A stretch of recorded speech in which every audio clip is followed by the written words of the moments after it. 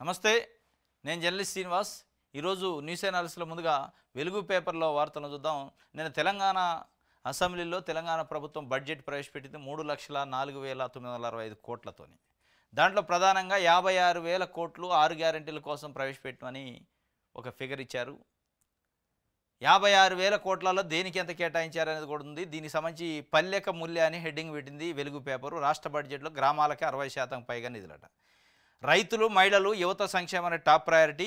6 గ్యారెంటీలో 9 స్కీములకు 56,084 కోట్లు, 3,04,000 కోట్ల భారీ బడ్జెట్ ప్రవేశపెట్టిన బట్టి విక్రమార్క.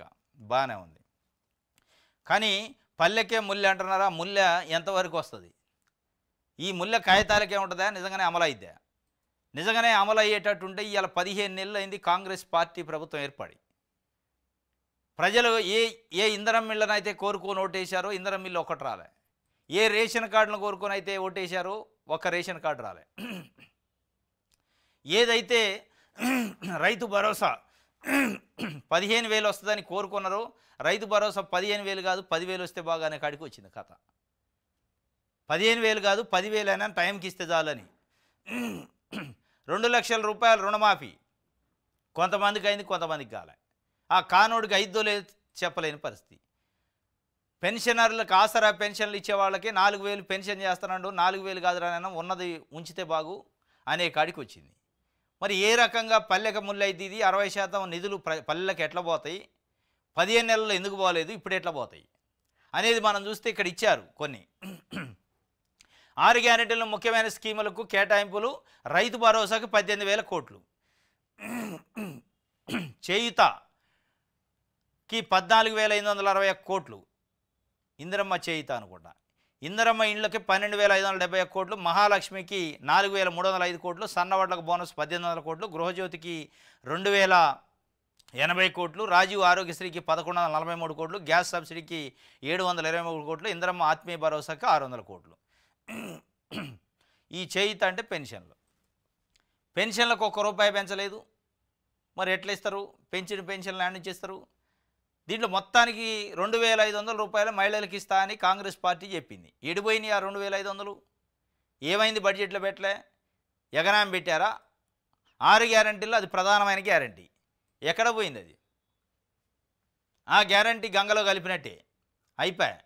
మళ్ళీ పల్లెక ముల్య అంటున్నారు. ఇది మొత్తానికి కాంగ్రెస్ పార్టీ ఏ గ్యారెంటీలను అయితే చెప్పి ఓట్లు వేయించుకుందో, బాండ్ పేపర్లు రాసి 6 గ్యారెంటీలు 100 రోజులు అమలు చేస్తామన్నదో, 100 రోజులు దేవురెడుగు ఇలా 450 రోజులు అయినా కానీ అమలు చేయడానికి నిధులు కేటాయించలేని పరిస్థితుల్లో ఉంది. మళ్ళీ పల్లెక ముల్య అంటుంది అనేది ప్రజలు మాట్లాడుకుంటున్న మాట. మరి ఎటు తీసిపోతారు అనేది ఇక స్పష్టంగా అర్థమవుతుంది. ఏం కేటాయించారు, ఈ కేటాయింపులు ఎవరికి పోతాయి అనేది. ఇంకోటి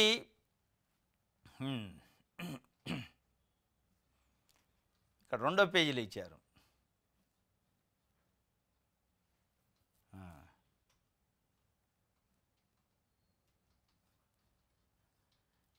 ఇది బడ్జెట్కి సంబంధించి.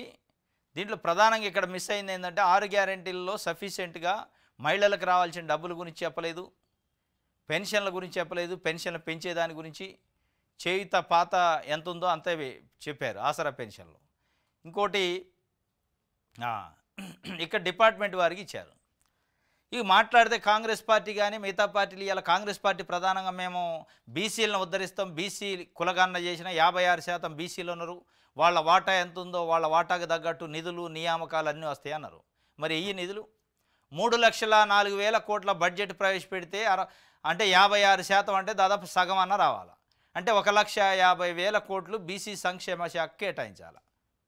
ఏది మీరు చెప్తున్న లెక్కల ప్రకారం 1,50,000 కోట్లు కేటాయించిన కాడ ఎంత కేటాయించారు బీసీ వెల్ఫేర్ కంటే? 11,405 కోట్లు. ఎక్కడున్నాం మనం? కనీసం ఒక 2% అయినా కేటాయించారా అంటే కేటాయించలేని పరిస్థితి. అంటే ఏ లెక్కన మీరు చెప్తారు నిధులు నియామకాలు కాంగ్రెస్ పార్టీ ఉద్ధరిస్తుంది బీసీలని? లెక్కలు తీసినాం అంటే లెక్క పెట్టి తల్ల పెడితే ఏమవుతుంది?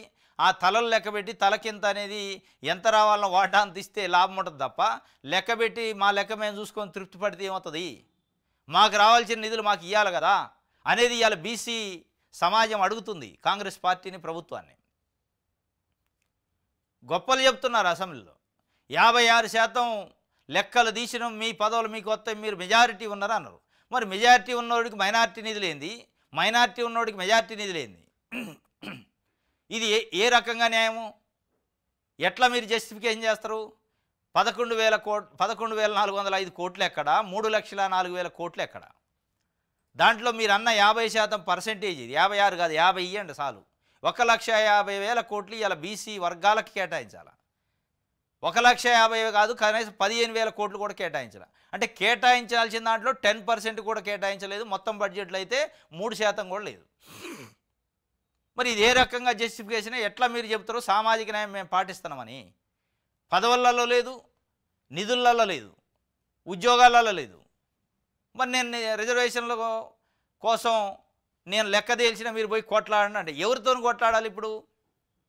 మీరు నిజంగానే ఇక్కడ కాంగ్రెస్ పార్టీ తెలంగాణలో ఎస్ మాకు 56% లెక్క తేల్చారు, 56% నిధులు ఇచ్చారు, 56%కి సంబంధించి 42% రిజర్వేషన్లు కూడా బిల్లు పాస్ చేశారా, బిల్లు ఎందుకు అమలు చేయరని కేంద్రంతో కొట్లాడాలంటే నువ్వు ఇక్కడ నిధులు కేటాయిస్తే కదా. ఇక్కడనే డొల్లతలం బయటపడే మీ ఇంట్రెస్ట్ ఏందనేది. కాబట్టి ఇది చెప్పే మాటలకి చేసే చేతలకి పొంతం లేకుండా అయింది. ఇలా ప్రధానంగా ఇవాళ బీసీ వర్గాలని నిర్లక్ష్యం చేసిండు రేవంత్ రెడ్డి ప్రభుత్వం నిధుల కేటాయింపులో. మహిళలకి 6 గ్యారెంటీల్లో ఇచ్చిన మహిళా నిధి విషయంలో మోసం చేసిండు, వంచన చేసిండు అనేది ఇలా మహిళ మాట్లాడు. ఈ 2 అంశాలతో పాటు ఆసరా పెన్షన్లు పెంచుతున్నాడు, పెంచలేదు. ఈ 3 ప్రధానమైన వర్గాలకు సంబంధించి ఎన్నుపోటు పొడిచినట్టే లెక్క. రైట్, ఇది వెలుగుకు సంబంధించి. ఆంధ్రజ్యోతి చూద్దాం.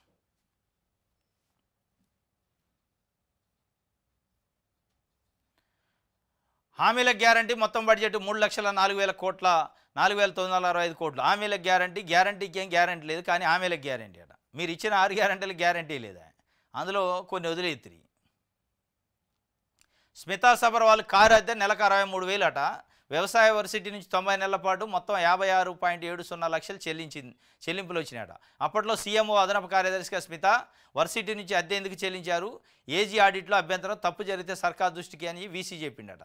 వ్యవసాయ యూనివర్సిటీ అని ఉంటుంది రాజేంద్రనగర్లో, అక్కడ నుంచి 56,70,000 రూపాయలు స్మితా సబర్వాల్ అప్పట్లో సీఎంఓ సెక్రటరీగా ఉంది, సీఎంఓలో స్పెషల్ సెక్రటరీ. ఆమెకు సంబంధించిన ఒక కారుని అద్దెకి ఇచ్చిందట గవర్నమెంట్కి. ఆ అద్దె వచ్చిందట. ఆ అద్దె పైన ఆడిట్ వాళ్ళు అబ్జెక్షన్ చెప్పారట. ఆమెకు ఎందుకు పోయినాయి, అసలు అద్దె ఎందుకు చెల్లించారు, ఈ అద్దె కథ ఏందని అడిగితే అంత రంగు అంతా బయటపడదు. వీళ్ళు మచ్చలేని ఆఫీసర్లు, మచ్చలేని నాయకులు.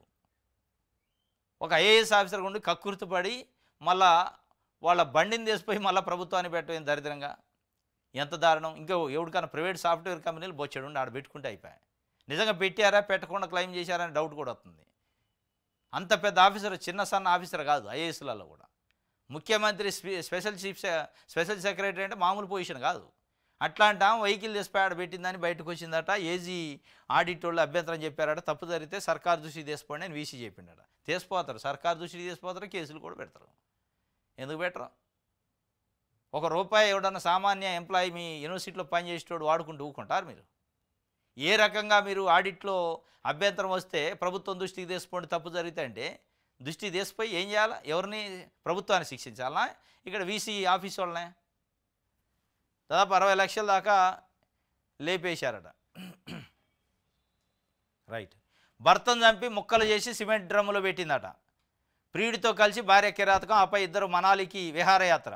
మళ్ళీ విహారయాత్ర అట, చంపటమే కాక. ఇది మనకు హైదరాబాద్లో జరిగింది. భర్త భార్యను చంపి ముక్కలు మటన్ ముక్కలు లెక్క చేసి దాన్ని కుక్కర్లో ఉడికించి ఎక్కడికక్కడికి మొత్తం లిక్విడ్ చేసి దాన్ని తీసిపోయి మురికాలలో కలిపిండు. ఇక్కడ భార్య చంపింది. దేనికోసం చంపింది? ప్రియుడి కోసం చంపింది. మళ్ళీ ఆమె మ్యారేజ్ మళ్ళా ఆ సక్కనైన ఆమె లవ్ మ్యారేజ్. అత్యంత సంపన్నమైన వ్యక్తిని లవ్ మ్యారేజ్ చేసుకుందట. లవ్ మ్యారేజ్ చేసుకొని పాపం వాళ్ళ కుటుంబం యాక్సెప్ట్ చేయకపోయినా వీళ్ళు మంచిగా చూసుకున్నారట. ఆ పిల్లగాడు తల్లి తండ్రి అంతా చూసుకుంటున్నాడు. కొవ్వు ఎక్కువయ్యి ఒక పాప పుట్టిందట. పాప పుట్టిన తర్వాత కూడా వేరే ఎఫ్ఐఆర్ మెయింటైన్ చేస్తుందని ఆయనకు తెలిసి విడాకుల దాకా పోయి కూడా పాప ఉంది కాబట్టి పాప లైఫ్ దృష్ట్యా కాంప్రమైజ్ అయ్యి ఉంటుండట. వండుకుంటే ఈ మధ్యకాలంలో వేరే దేశానికి జాబ్ కోసం పోయిందట. జాబ్ కోసం పోయి రిటర్న్ వచ్చిండట. ఆ అమ్మాయి బర్త్డే 6th బర్త్డే ఉందట. ఆ బర్త్డే కోసం వచ్చిండట. పాప అక్కడి నుంచి చావటానికి వచ్చినట్టే ఉంది, బర్త్డేకి వచ్చినట్టు లేదు. వాళ్ళ చేతులు చావటానికే వచ్చిండు. వచ్చి బర్త్డే ఏర్పాట్లు అవి చూసుకుంటా నైట్ తిని పడుకుండట. తినే దాంట్లో ఫుడ్లో ఇది మత్తు కలిపారట. మత్తు కలిపి ప్రియుడిని పిలిచి చంపేసిందట. చంపేసి ముక్కలు ముక్కలు చేసి సిమెంట్ని ఒక డ్రమ్ములో పోసి దాంట్లో నీళ్ళు పోసి ఆ సిమెంట్ లిక్విడ్లో కలిపిందట తీసిపోయి ఈ ముక్కల్ని. అంటే ఎంత తెలివి కలదో చూడండి, ఎంత సాగు తెలివితేటలు ఉన్నాయో. ఇక ఎవరికి తెలియదు అనుకుంది, సిమెంట్లో అంటే గడ్డ కట్టిపోతే అందులో ముక్కలు కలిసిపోతాయి కదా ఆ డెడ్ బాడీలో ఉన్నంత అని స్కెచ్. అసలు విచిత్రమైన ఆలోచనలు వస్తున్నాయి. మరి ఈ సినిమా వాళ్ళకు కూడా రావట్లే.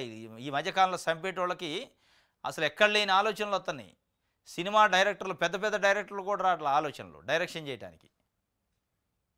పోలీసులు, పెద్ద పెద్ద పోలీస్ ఆఫీసర్లు, క్రిమినల్ పోలీస్ ఆఫీసర్లు కూడా, అంటే క్రిమినల్ కేసులు చూసే ఎక్స్పర్ట్లు కూడా వాళ్ళే మైండ్ బ్లాక్ అవుతుంది ఇవన్నీ చూస్తారు. ఇట్లాంటివి ఇది చేసి కులు మనాలి పోయిందట విహారయాత్రకి. ఎట్లా పోయిందామో మళ్ళా ఎవరినైతే చంపిందో భర్త సెల్ ఫోన్ తీసుకొని పోయి ఆడ నుంచి గేములు ఆడుతున్నాం ఆడ కూర్చొని. ఇన్స్టాగ్రాములు, ఫేస్బుక్లు, వాట్సాప్లలో చాటింగ్లు, అంటే లైవ్లో నుండు కులు మనాల్లో ఉండని చెప్పడం కోసం సెల్లో. వాళ్ళ పేరెంట్స్ ఫోన్ చేస్తారంటే ఎత్తట్లేదట ఆయన, ఎందుకంటే లేడు కదా పాపం. ఏమైనా చాటింగ్లు చేస్తుంది. అరే చాటింగ్లో లైవ్లో ఉంటుంది, ఫోన్ ఎత్తట్లే మావాడిందని చెప్పి వాళ్ళకి డౌట్ వచ్చి పోలీస్ కంప్లైంట్ ఇస్తే ట్రేస్ చేసి పట్టుకొచ్చి లోపటేశారు. ఈమె కథ ఇది.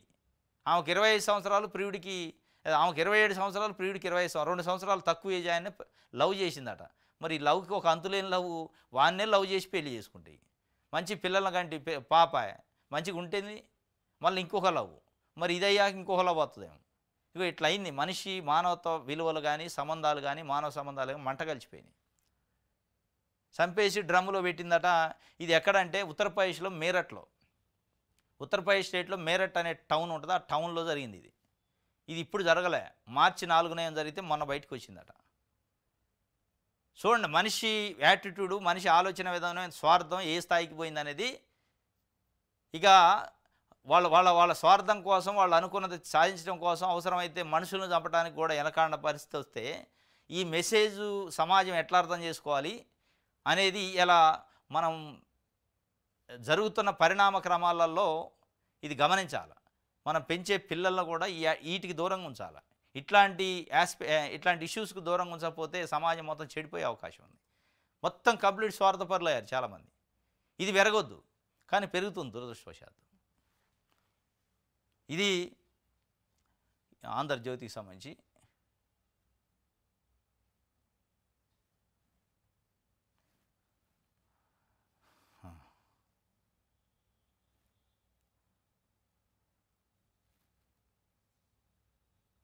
కేసీఆర్ క్యాంప్ కార్యాలయానికి టూలెట్ బోర్డు పెట్టారట. గజ్వేల్లో బీజేపీ శ్రేణులు ధర్నా చేశారు నిన్న. అంటే ప్రతి ఎమ్మెల్యేకి ఒక క్యాంప్ ఆఫీస్ ఉంటుంది కదా, కేసీఆర్ వచ్చాక గట్టించిండి ఎమ్మెల్యేలకి. వాళ్ళ ఉండాలి ఎమ్మెల్యే. ఇలా గజ్వేల్కి కూడా ఒక ఎమ్మెల్యే ఉండవు, కేసీఆర్ అని ఆయన. ఆ కట్టించింది ఆయనే. ఆ ఎమ్మెల్యే క్యాంప్ ఆఫీస్ ఎప్పుడు తాళం వేసి ఉంటుందట. వాళ్ళ ఎవడు ఉండట్లే, ఎందుకంటే ఎమ్మెల్యే గారు పోయేమో ఫామ్ హౌస్లో ఉండే ఆయన ప్రతిపక్ష నాయకుడు. ఇటు అసెంబ్లీకి రావట్లే, కనీసం క్యాంప్ ఆఫీసులైనా వారానికి 2 రోజులు కూర్చుంటే బాగుండేది. కూర్చోట్లేదట. ఇక పోయి బీజేపీ శ్రేణులు తాళం వేసి టూలెట్ బోర్డు పెట్టారట. ఇది ఖాళీగా ఉంది, అద్దెకి ఇవ్వబడి అని. ఎందుకంటే గవర్నమెంట్ బిల్డింగ్ కదా. ఇక ఆ కాడికి వచ్చింది మన నాయకుల పరిస్థితి. పొద్దున్న లేస్తే మేము ప్రజాసేవకే మా జీవితాలు అంకితం అయినాయి అంటారు. ప్రజాసేవక జీవితాలు అంకితమైన నాయకులు పోయి ఫామ్ హౌస్లో ఎందుకు పండుకోవాలి? ప్రజలు ఓట్లు వేసింది దేనికి? ఫామ్ హౌస్లో పండుకోవడానికా? ఇక అంటే మా హక్కులు మాకు ఉంటాయి అంటారు. ఏం హక్కులు అయ్యి? ప్రజలతోనే ఓట్లు తీసుకోవద్దు, మీరు చేత కాదు రాజీనామా చేసి ఇంకోటి వస్తారు గజ్వేల్కి ఎమ్మెల్యే. రైట్, ఇది ఆంధ్రజ్యోతికి సంబంధించి. దిశ పేపర్ చూద్దాం.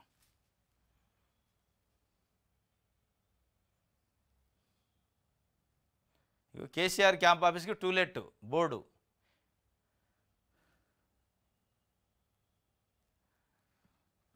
నింగి నుంచి నేలపైకి వచ్చిందట. ఫ్లోరిడా తీరంలో Sunita Williams Butch safe landing. Dragon capsules ద్వారా 17 గంటల ప్రయాణం. రొటీన్ మెడికల్ చెకప్కు సునీత బూచ్. ఇది ఆమె సునీత విలియమ్స్ నిన్న వచ్చారు.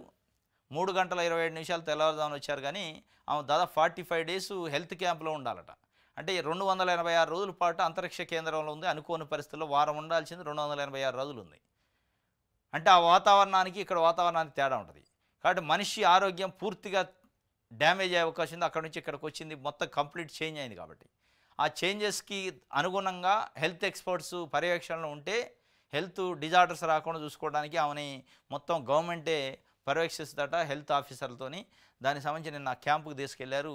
మొత్తాన్ని సక్సెస్ఫుల్గా చేరుకుంది. 286 రోజుల నిరీక్షణ. ప్రపంచమంతా పంటి బిగువన ఎదురు చూసింది ఉత్కంఠతోని. ఏమైద్దో పాపం ఏమైద్దో అనేది. ఎందుకంటే అంతకుముందు కల్పన చావ్లా పరిస్థితి మనం చూసినాం.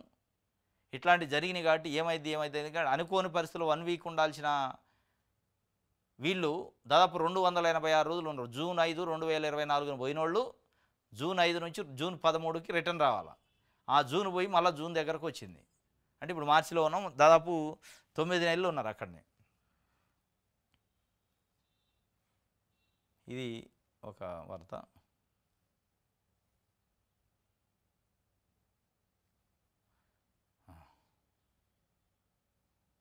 అగ్రికల్చర్కి పెద్ద పీట వేశారట. ఈ పీటలు వేయడం తప్ప డబ్బులు ఇచ్చుడు లేదో, అది ఖర్చు పెట్టేది లేదు.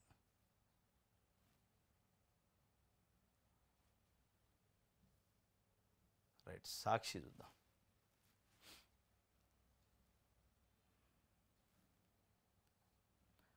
తగినంత గ్యారంటీ ఇచ్చిన సంక్షేమానికి బడ్జెట్లో 90,000 కోట్లు కేటాయించామని అంటున్న ప్రభుత్వ వర్గాలు. 6 గ్యారంటీలకు 56,000 కోట్లు, ఇతర సంక్షేమ పథకాలకు 35,000 కోట్లు, రేషన్ దుకాణాలు, సన్నబియ్యం, రాజీవ్ యువకాశం లాంటి కొత్త పథకాలకు నిధులు, రైతు బీమా, వడ్డీ లేని రుణాలు, కళ్యాణ లక్ష్మి పథకాల కొనసాగింపు, సొంత పన్నుల ఆదాయం, అప్పులపైన ఆశలు, సొంత పన్నులు ఆశ. ఇదే ఏది పన్నులు తప్ప ఏమి లేవట. ఉస్మానియా యూనివర్సిటీలో ఉద్రిక్తత, నిషేధాజ్ఞలకు వ్యతిరేకంగా విద్యార్థుల ఆందోళన, రాస్తా రోకో, అరెస్టులతో అట్టుడికిన వర్సిటీ క్యాంపస్, ప్రభుత్వ దిష్టిబొమ్మ బడ్జెట్ ప్రతులు దహనం, ఎమ్మెల్సీ కోదండరామ్ను కలిసిన విద్యార్థి జేఏసీ నేతలు, సిపిఐ ఎమ్మెల్యే కోనంనేమికి పిహెచ్డి స్కాలర్స్ వినతి పత్రం, నేడు ఓయూ బంద్కు వామపక్ష విద్యార్థి సంఘాల పిలుపు. ఆందోళనలు, రాస్తా రోకలు, దిష్టిబొమ్మల బడ్జెట్ ప్రతులు దహనాలు, సంతకాల సేకరణ, విద్యార్థి నాయకుల అరెస్టులతో ఉస్మానియా యూనివర్సిటీ క్యాంపసు ఆదివారం అట్టుడికినా చపాతుడికినా వాళ్ళు ప్రభుత్వం గింత కూడా క్షేమ గుట్టినట్టు కూడా లేదు. ఇది ఎక్కడ దరిద్రం. మాట్లాడితే మాది ప్రజాపాలన, గడీలను బద్దలు కొట్టినమంటారు. రేవంత్ రెడ్డి గారు ఎల్బీ స్టేడియంలో ప్రమాణ స్వీకారం చేసుకుంటా ప్రగతి భవన్లో కేసీఆర్ అప్పుడు ఉన్నప్పుడు గేట్లు పెట్టిండు. ఆ గేట్లను బద్దలు కొట్టినాం, మేము గడీలను బద్దలు కొట్టినాం అన్నాడు. మరి గడీలను బద్దలు కొట్టినోడికి ఉద్యమాలు చేయొద్దు అని ఎట్లా మీరు ఆదేశాలు ఇస్తారు?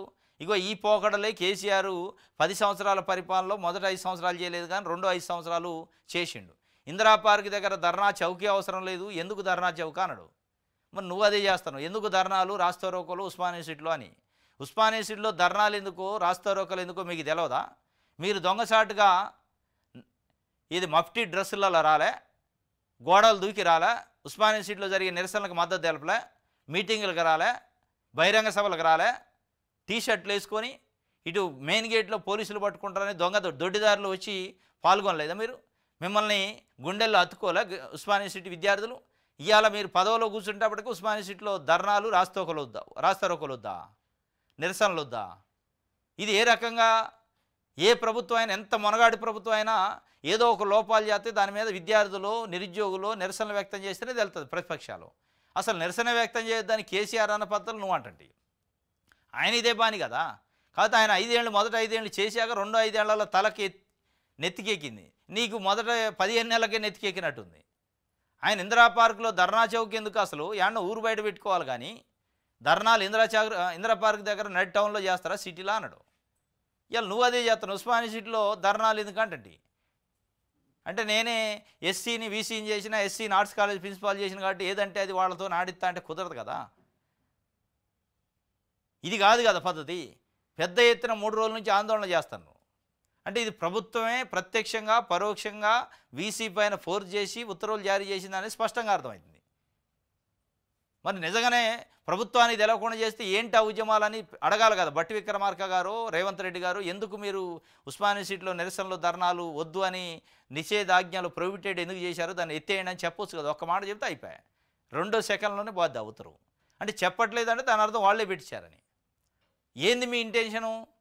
కాబట్టి ఇది పోయే కాలం వస్తే పోకదాలకి ఇట్లాంటివి జరుగుతాయి.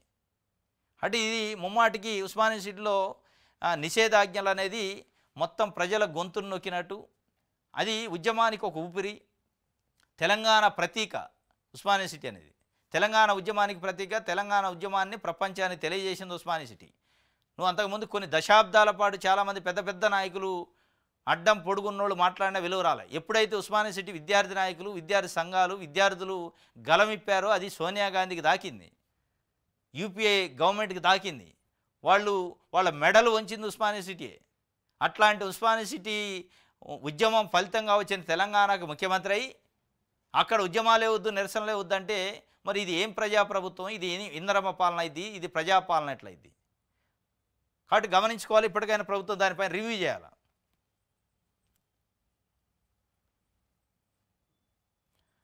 బీసీ రిజర్వేషన్లో పెంపు బేష్ పెంచనే పెంచలేదుగా. ఈ పాలాభిషేకాలు సన్మానాలు ఎక్కువైనాయి, ఆయన పెంచనే పెంచలేదు. రేవంత్ రెడ్డి గారు బీసీ రిజర్వేషన్లు 42% పెంచుతున్నట్టు ప్రపోజల్ చేసిండు, శాసనసభ ఏకగ్రీవంగా ఆమోదం తెలిపింది. అది చట్టం కాలే. ఆ తీర్మానాన్ని కేంద్రానికి పంపితే కేంద్రం ఆమోదిస్తే అప్పుడు అయింది. అది అయ్యే పని కాదు. సింపుల్గా రేవంత్ రెడ్డి గారు ఏం చేసిండు, నా పని అయిపోయింది, బంతిని బీజేపీ కోర్టులు వేసినా మీరు వాళ్ళతో యుద్ధం చేయండి, నేను సహకరిస్తా అంటుండు. ఉద్యమం చేయండి, నేను ముందుండి నడిపిస్తా అంటుండు. ఇక ఉద్యమం చేసేదే ఇంకా మిగిలి ఉన్నాక మళ్ళీ బీసీలకు రిజర్వేషన్ పెంపు బేష్ అంటారు. ఏంది పెంచింది ఎక్కడితే? కాగితాల మేము పెంచారు, ప్రాక్టికాలిటీ లేదు. ఇవాళ ఒక రకంగా బీసీలకు ద్రోహం చేసినట్టు, కాగితాల మీద పెంచినట్టు చేసి కడుపు నిండా నివారం. ఇది ఒక వార్త సాక్షికి సంబంధించి.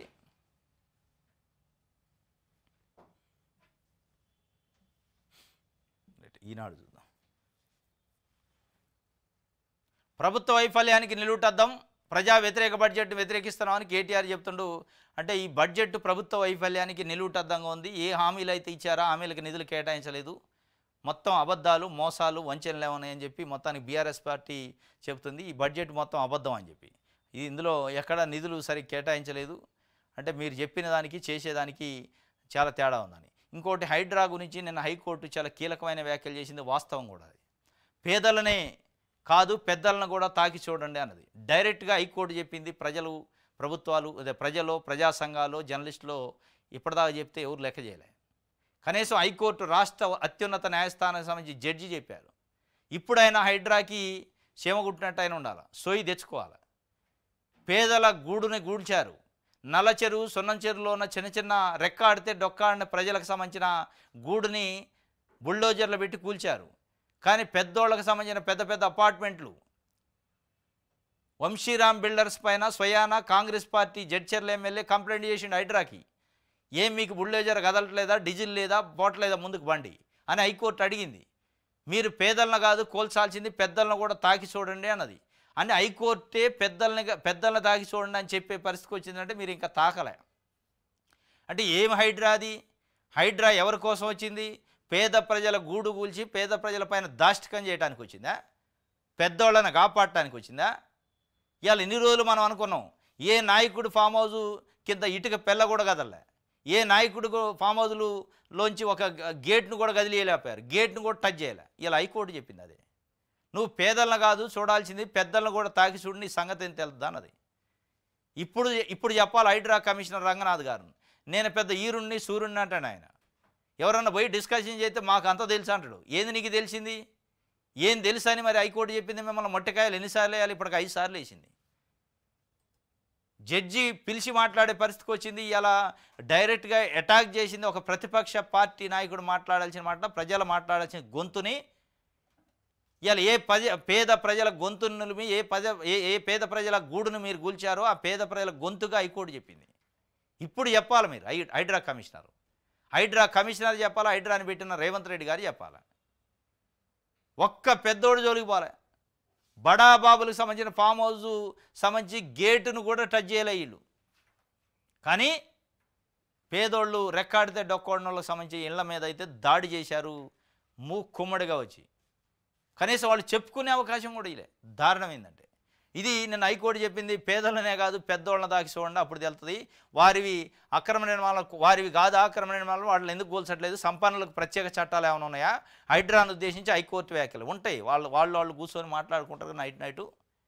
కాబట్టి సంపన్నులకి సపరేట్ చట్టాలు ఉంటాయి, హైడ్రా చట్టం ఉండదు వాళ్ళకి అన్నట్టే కదా. ఉండబట్టే కదా వాళ్ళు గోల్సింది.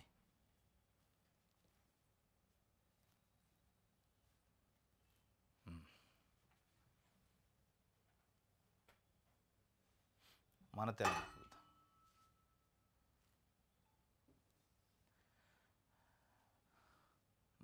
మా నిబద్ధతకు బడ్జెట్ నిదర్శనం అని సీఎం రేవంత్ రెడ్డి చెబుతుండు. మా నిబద్ధతకు బడ్జెట్ నిదర్శనం అట. ఏడా మహిళలకు ఇస్తున్నాను 2500 నిబద్ధత ఇది లేదు కదా. అందులో ఆసరా పెన్షన్లకు సంబంధించేది, రైతు భరోసాకు సంబంధించేది, మీరు అన్న లెక్కలకి ఆడ సంబంధం ఉంది ఏమన్నా? నిబద్ధత ఎక్కడిది? ఇంకా ఉగాది పచ్చడి లెక్క ఉందట కోనంనేని సాంబశివరావు గారు చెప్తుండు. అంటే అన్నీ కలిసినాయి, అంటే చేదు ఉంది, కారం ఉంది, ఉప్పు ఉంది, అన్నీ ఉన్నాయి అన్నట్టు, తీపి ఉంది.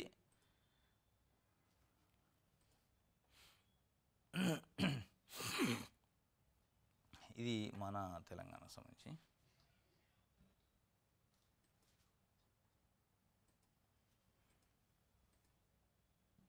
ఆంధ్రప్రభ. అభివృద్ధి, సంక్షేమం, సుపరిపాలన 3 ఉన్నాయట ఏది బడ్జెట్లో. ఢిల్లీకి మూటలు మోసే బడ్జెట్ అని కేటీఆర్ అంటాడు, బట్టి బడ్జెట్ బడా జోటా బడ్జెట్ అని హరీష్ రావు అంటాడు, ప్రవచనాలు ఎక్కువ పైసలు తక్కువ ఇచ్చారని కవిత అంటుంది. ముగ్గురు 3 రకాల స్టేట్మెంట్లు ఇచ్చారు కేసీఆర్ ఫ్యామిలీ. ఢిల్లీకి మూటలు మోసే బడ్జెట్ అట, ప్రజలకు మూటలు మోసేది కాదు. వాళ్ళే ఇది పల్లె మూట అన్నారు. ఇది పల్లె మూట కాదు ఢిల్లీ మూట అని కేటీఆర్ అంటాడు. మరి ఇది పల్లె మూట ఢిల్లీ మూట ఇక ప్రజలు చెప్తారు. ఇక ఇది పేద ప్రజల కష్టాలు తీర్చే బడ్జెట్ కాదని ఢిల్లీకి మూటలు పంపే బడ్జెట్ అని బీఆర్ఎస్ వర్కింగ్ ప్రెసిడెంట్ కేటీఆర్ తీవ్ర విమర్శలు గుప్పించారు. తొండ ముదిరితే ఊసరవెల్లి అవుతుందని, ఊసరవెల్లి ముదిరితే సీఎం రేవంత్ రెడ్డి అవుతారని కేటీఆర్ ఎద్దేవా చేశారు. తొండ ముదిరితే ఊసరవెల్లి అవుతాట, ఆ ఊసరవెల్లి కూడా ముదిరి రేవంత్ రెడ్డి అయినాడు. అంటే తొండకి ఊసరవెల్లి కంటే ముదిరి అయిపోయింది అన్నట్టు ఇప్పుడు రేవంత్ రెడ్డి. కాంగ్రెస్ సర్కారు అందమే చక్కగా లేదని కానీ అందాల పోటీలు పెట్టేందుకు సిద్ధమవుతున్నట్టు దుయ్యబట్టారు. ఇంకోటి బట్టి బడ్జెట్ బడా జోటా బడ్జెట్, రేవంత్ సర్కారు ఇచ్చిన ఏ వాగ్దానానికి కూడా పూర్తిస్థాయిలో ఫలితం దక్కకుండా బడ్జెట్ కేటాయింపులు జరిగాయని మాజీ ఆర్థిక శాఖ మంత్రి హరీష్ రావు విమర్శించారు. బడ్జెట్లో అబద్ధాలు అతిశయోక్తులు తప్ప ఏమీ లేవన్నారు. ఎన్నికల ముందు అన్నీ చేస్తామని మాట ఇచ్చిన ప్రభుత్వం అధికారంలోకి రాగానే చేతకాక ఏమీ చేయలేనని సంకేతాలు ఇస్తుందని విమర్శించారు. ఇక కవిత ఏం చెప్పిందంటే ప్రవచనాలు ఎక్కువైనాయి, పైసలు తక్కువైనాయి, పేద వర్గాలు కొండంత ఆశతో ఎదురు చూస్తున్న నేపథ్యంలో రేవంత్ ప్రభుత్వం సభలో ప్రవేశపెట్టిన రాష్ట్ర బడ్జెట్ ప్రవచనాలు ఎక్కువ పైసలు తక్కువ అన్నట్టు ఉందని భారత రాష్ట్ర సమితి నాయకురాలు ఎమ్మెల్సీ కల్వకుంట్ల కవిత చురకలంటించారు. చెప్పిన మాటలే చెప్పడం తప్ప ఎలాంటి నిజాలు లేవని ఆమె మాట్లాడారు. ఇది వాళ్ళు చెప్తుంది ఈ బడ్జెట్ వేస్ట్ బడ్జెట్ అని చెప్తున్నారు. సామాజిక న్యాయానికి పునాది పడ్డది ఎస్సీ వర్గీకరణతోనే సాధ్యపడింది. 1960లోనే దళితుల్ని సీఎం చేసిన ఘనత కాంగ్రెస్ పార్టీది. 1960లోనే దళితుల్ని సీఎం చేసిన మేమే ఇక దీనికి అంబాసిడర్ అని చెప్తుండు దళితులను గుర్తించడంలో. దేశంలోనే ప్రప్రదంగా ఎస్సీ వర్గీకరణ చట్టాన్ని అమలు చేస్తున్న ఘనత తెలంగాణదే. దళిత ప్రజల సన్మాన కార్యక్రమంలో సీఎం రేవంత్ రెడ్డి కీలక వ్యాఖ్యలు చేసిండు. సామాజిక న్యాయానికి పునాది పడ్డదట. మరి పునాది పడ్డది అంటున్నారు కానీ బీసీలకి ఎస్సీలకి ఎస్టీలకు కలిపి దాదాపు 80% ప్రజలు ఉన్నట్టు మీ లెక్కల ప్రకారం తెలిసింది. మరి బడ్జెట్లో 3 లక్షలలో 80% నిధులు కేటాయించలేదు కదా. బీసీలకు 11,405 కోట్లు కేటాయించారు 56% ఉన్న వాళ్ళకి. మరి ఏడా పునాది పడ్డట్టు? సామాజిక న్యాయానికి పునాది పడ్డదని చెప్పిండు. పునాది పడలేదు, అసలు పునాదే లేదు పట్టానికి. ఇది ఆంధ్రప్రభకు సంబంధించి. ఎస్, ఇది ఈరోజు న్యూస్ ఛానల్స్. రేపు తాజా వార్తలతో తిరిగి కలుసుకుందాం. Thank you.